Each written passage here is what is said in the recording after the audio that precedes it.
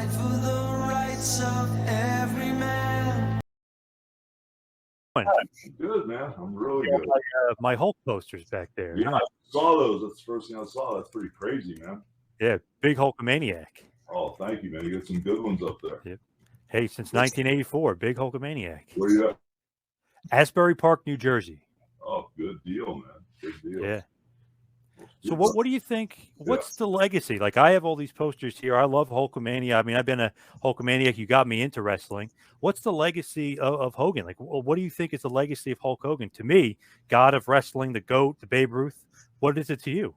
Well, I think when all the smoke clears, it'll be, 10, 15, 20, 30, 40, 50 years from now, they'll just have to at least acknowledge and just say it. The only thing they can think of, because they won't remember what I did or what Jericho did or what The Rock did or anything. They'll say, oh, he was the greatest wrestler ever, like they do with Gorgeous George, or they just throw it out there. That's just the easiest one-liner to, describe something. So that's probably what it's going to end up at. That's not an ego thing. That's just from being on TV for so long and so many people know me, But that will probably be the legacy for the general public. But just, for me, man, it was just a great time.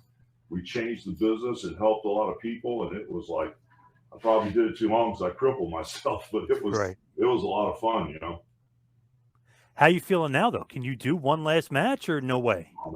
No. I mean, in the last 10 years, I've had 23 surgeries. Wow.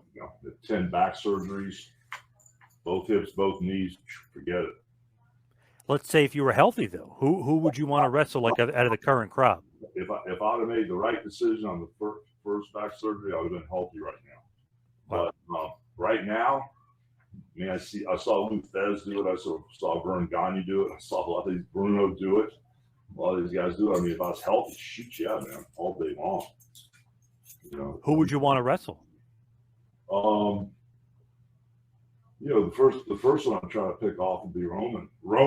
Then I'd like to get to Brock, but good God, I'd be in a wheelchair by the time I get done with that. You need that rematch from 2002 against Brock. Well, I don't need no rematch with Brock. I'm good, man.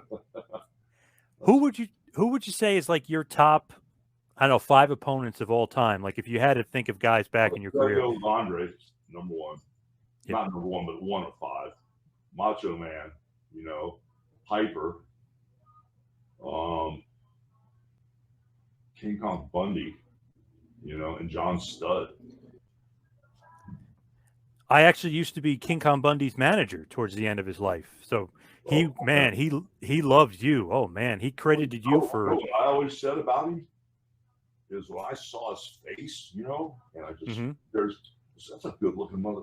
That's a good looking man, Yeah. But that's a good looking man. King Kong was a good looking guy.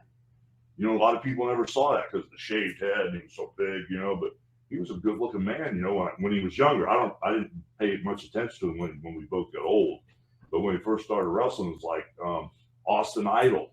When Austin Idol was huge as Mike McCord. I don't know if you know who he is or not. Yeah, oh yeah, big time, yeah. He had that same face, just so huge as, Mike McCord that you couldn't tell he was a good looking guy. But that's how Bundy was. And he was always nice to me. He was just heavy handed as hell. Oh yeah, stiff with you? Not with me, with everybody. Yeah.